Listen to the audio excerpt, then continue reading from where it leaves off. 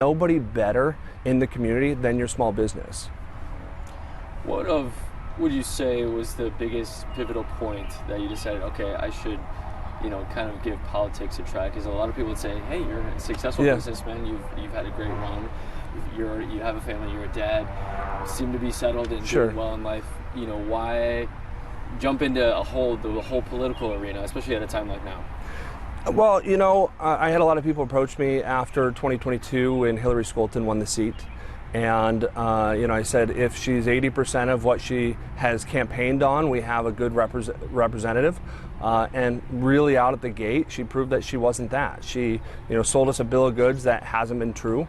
And I'm looking at somebody who's voting nearly in line with AOC and Rashida Tlaib sitting here in West Michigan.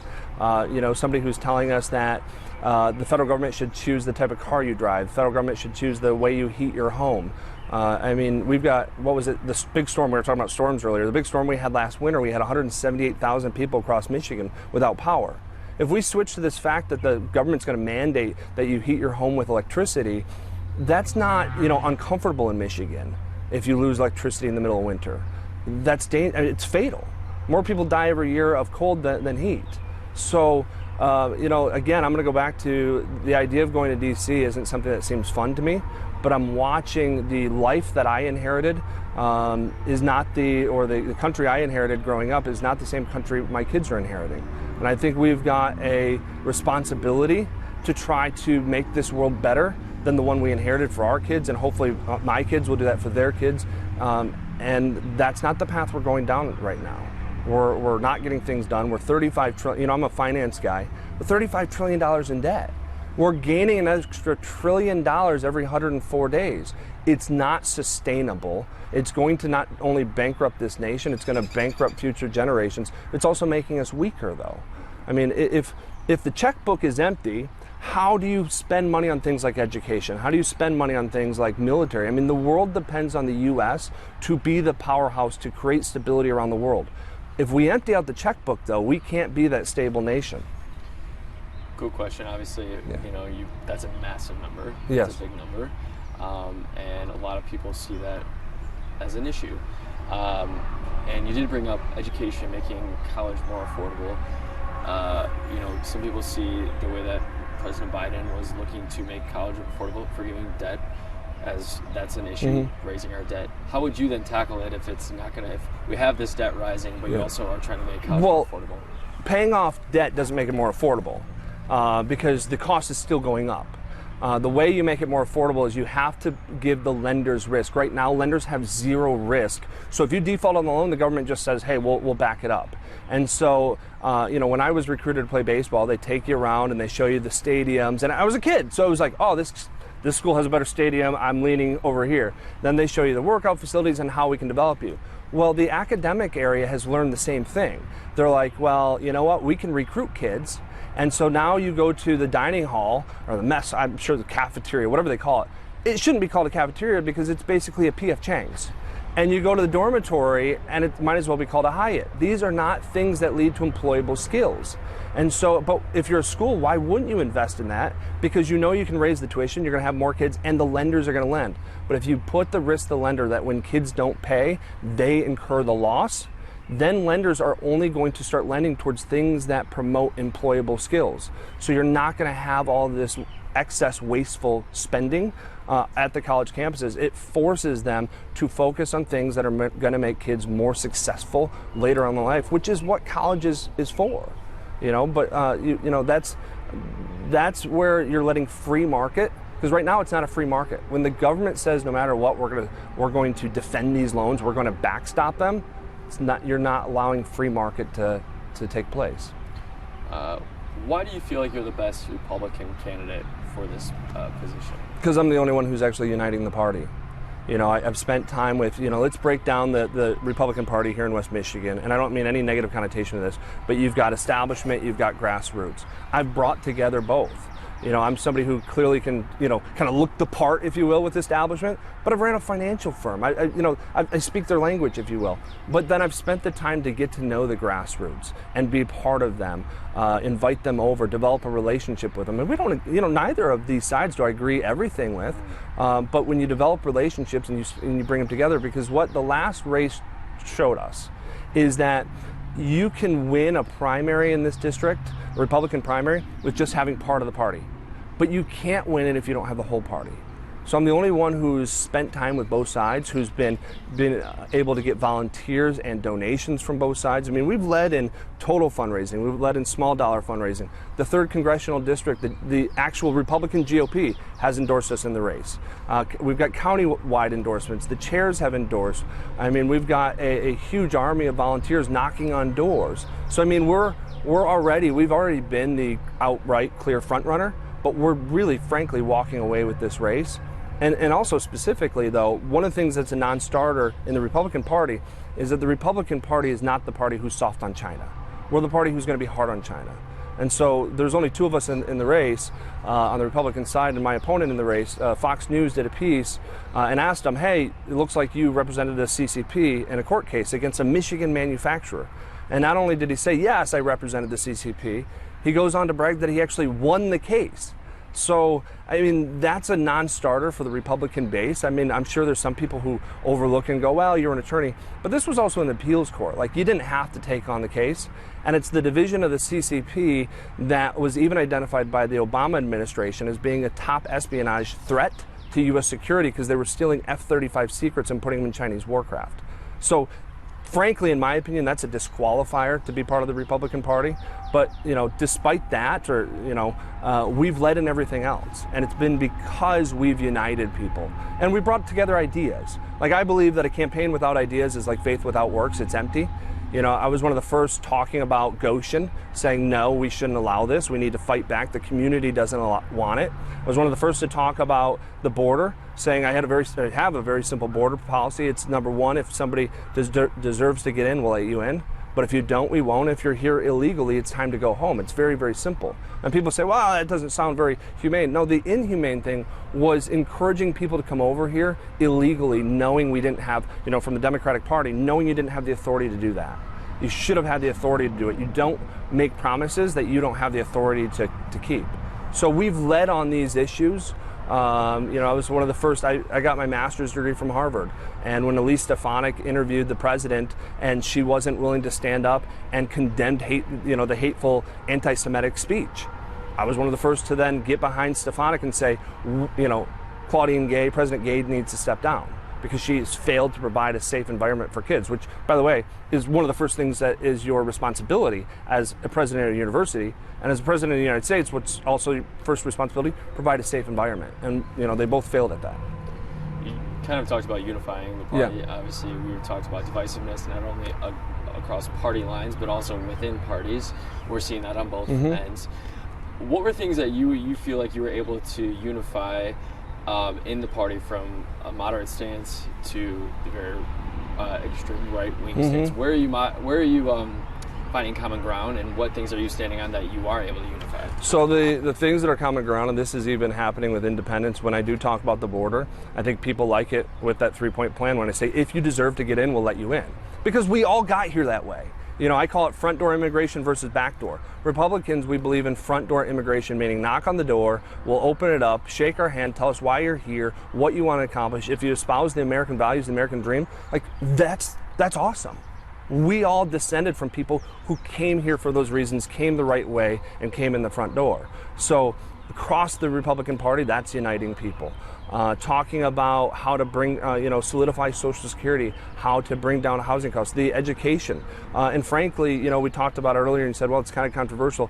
Another thing that I'm yet to have any single person in the Republican Party and most independents tell me is that they believe boys should play in girls' sports. Show me one father or one mother who goes, I want my daughter changing in a locker room with somebody who used to be a boy. I haven't found a single one. Most people think it's wrong.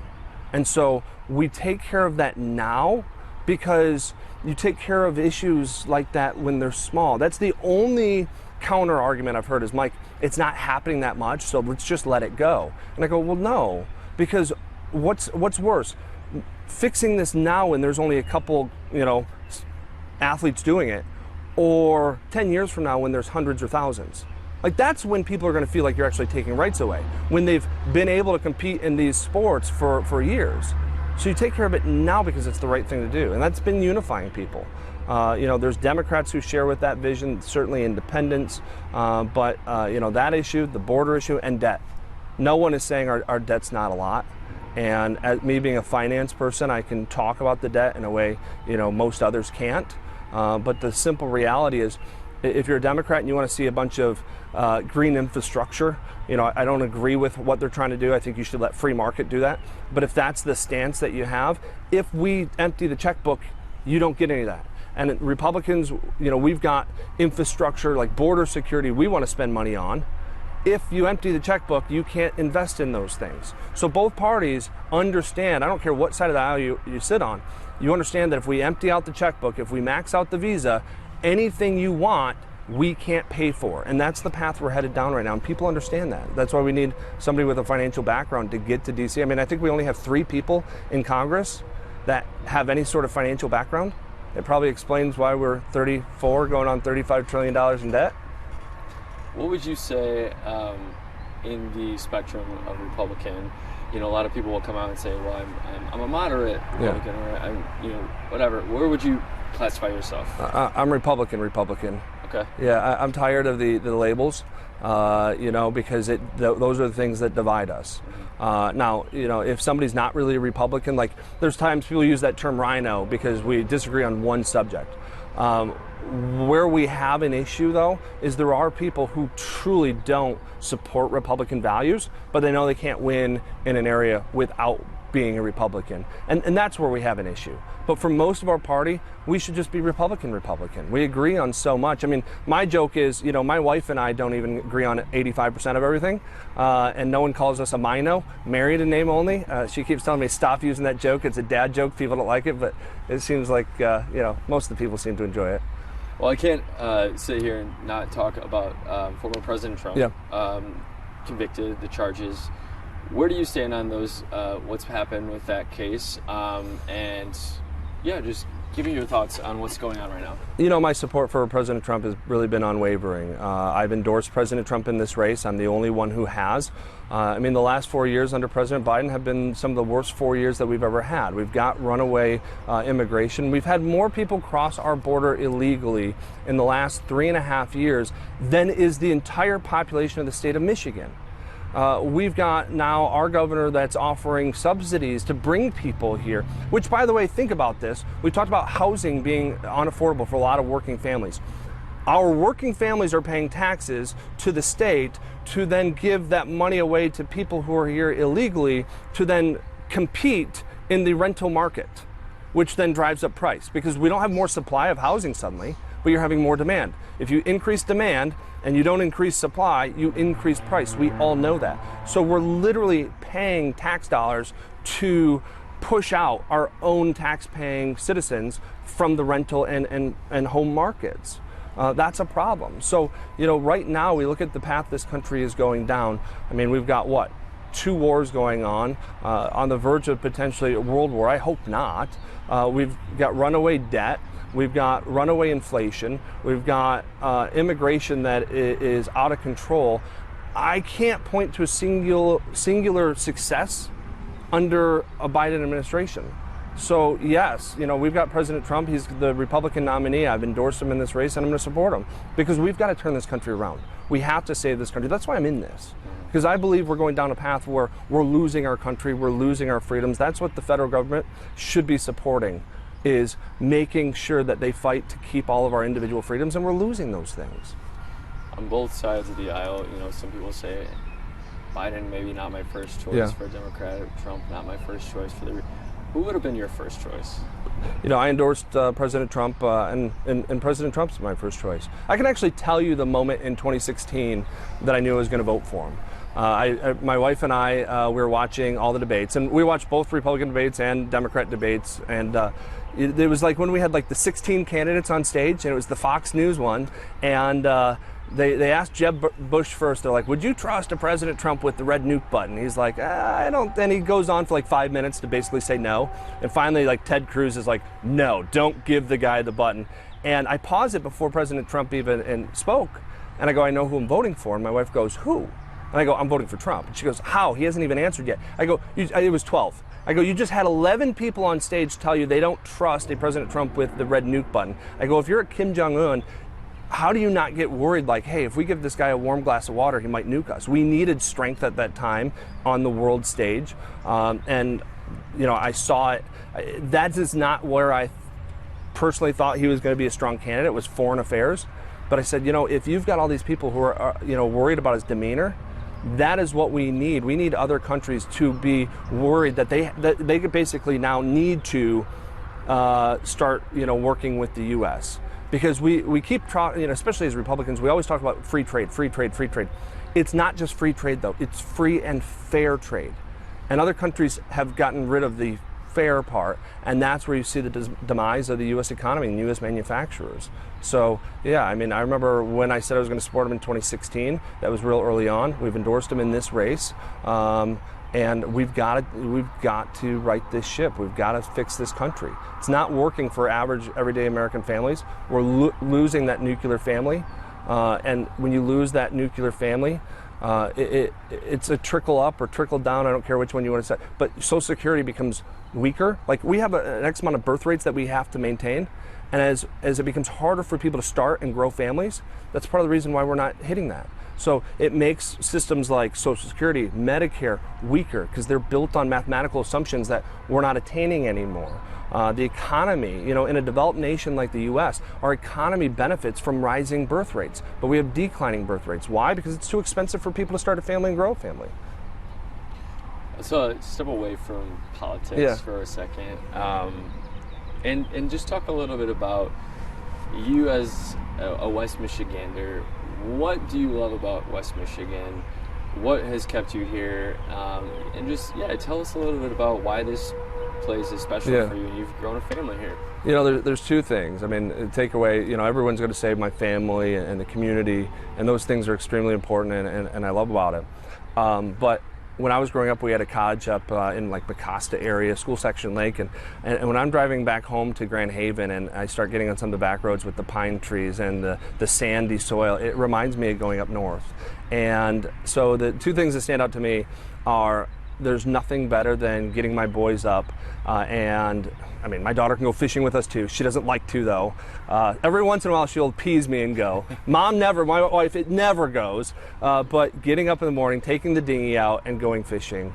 You know, we're not very good at it, but I enjoy the time. My oldest, like last summer, he tried to bail out on going fishing. He was like, Dad, I don't like fishing. I'm like, why? He goes, you know, I sit around for an hour for 1 minute of fun. I go, how dare you? And he goes, what? And I go, you run track and you swim. I sit around for an hour for 1 minute of fun. So I absolutely love that. You know, we get to spend a lot of time outdoors. My kids think every turtle that is in the street needs to be saved now. But the second thing, and this surprises me because I'm not a winter guy. I don't ski. My knees are bad. I mean, I've had 5 shoulder surgeries, elbow and knee, all on this side from baseball. But one of the things I absolutely love is the snow here. I grew up in mid-Michigan, and the snow is always brown because we don't get very much of it. The snow is always white in West Michigan because it's constantly coming down. And one of the things I love is this, on a wintry morning, and you've got the car is nice and warm. I'm spoiled, the steering wheel is heated, but then you've got the cold right here.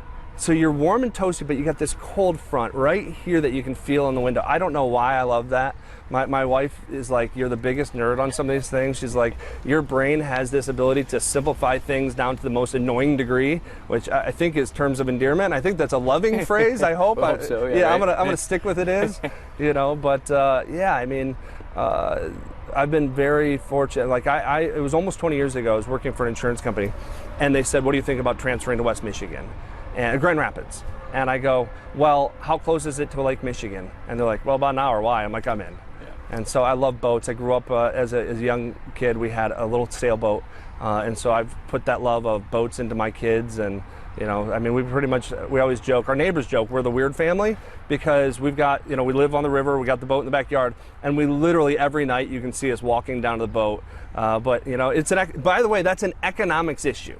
It is an economics issue because I convinced my wife, and it's true, I did the math. It's cheaper. She loves it cold, like frigid cold. Like I have to go to sleep in like sweatpants in the summer. But I'm like, it is cheaper for us to cool the boat down to the 65 degrees you want rather than cool the house. Yeah. And it's just an economics issue. That's how I got convinced my wife, and then the kids love it. I mean, it's a different way of life. So would you say majority of nights in the summer you're on the boat? I think all but 5 last summer were on the boat. Okay. And so we had the storm come through the other day, we were talking about it, and my daughter was talking, she's like, oh, the hail was hitting the front hatch, because that's where their bedroom is. Yeah. And she's like, I thought it was gonna break it, but then I knew it wouldn't. I'm like, you know, hail can, I shouldn't have done this, because I'm like, hail can break windows. We're gonna wanna go to sleep again. I'm like, hail could have broken, and she's like, oh, I didn't know, so. Well, tell her to watch the Fox 17 weather app, then she can know it when there's hail coming. I'm sure 11-year-old, she'll go up and want to sleep inside. Yeah. Anything else about West Michigan? I know Grand Haven's a super popular spot. A lot of people in the summer like a little pronto pub stop. Yep. Do you have a favorite spot, date night with your wife in Grand Rapids? We are lame. Date night with the two of us, we literally go to D&W, pick up 2 nice steaks, a nice bottle of wine, and then some potatoes. We love to cook together. So we used to do a radio show locally. We did like 300, 400 episodes. I was talking about, I used to have a segment here on Fox every Friday. One of the, I'm not giving marriage advice here. We haven't been married, that long. But, one of the things that we feel like brings us together as a couple, and we've recommended it on our show, is cooking together.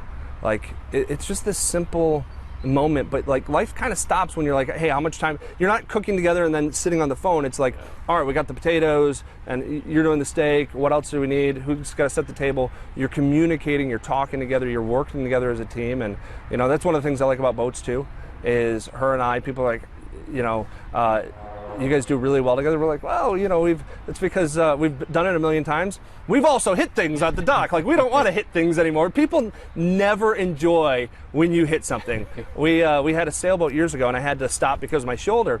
But literally, the first time we take it out, and of course, first time you take it out, you got all the family, you got friends. So we've got like 20 people on the sailboat. And the transmission, the forward and reverse is up and down, whereas, normal, it's forward and, back. And I didn't realize that I had it in neutral. So, as I'm making the turn into our slip, all of a sudden it starts going wide. I'm sitting here revving the engine. I'm like, it's not going anywhere. And then wham, we hit the boat next to us. We had been in the marina for 3 days. I had just met the guy next to us 3 hours earlier, and boom, we're hitting the back of his boat. Thankfully he had a dinghy on the back. So now I'm going through the marina. I'm like, I better tell him first. So he's sitting there eating, and I'm like, hey, I don't remember his name, Bob. And he's like, yeah, nice to see you again, Mike. I'm like, you're gonna hear about this? You should hear about it from me. He's like, what? I go, I just smacked the crud out of your boat. I am sorry. If your dinghy is ruined, I will replace it. Yeah. I don't know what I gotta do. So of course, face goes, pale. It was all good, but we worked together because we've had those moments, where things didn't go the right way. And we found it's easier to work together than fight with each other. So you were that guy in the marina that day. I was that guy. That new guy on the block. And then known for and then my kids, of course, had this whole joke about Titanic. They're like, hey, what is the Titanic and my dad having? Dad's yeah, they're like, yeah, That's hilarious. No lifeboats, I'm sure, though, on that. No casualties either. No one went in the water. Glad to hear. Yeah. Obviously, we're just about a month and a half away from the primary, a little less, honestly.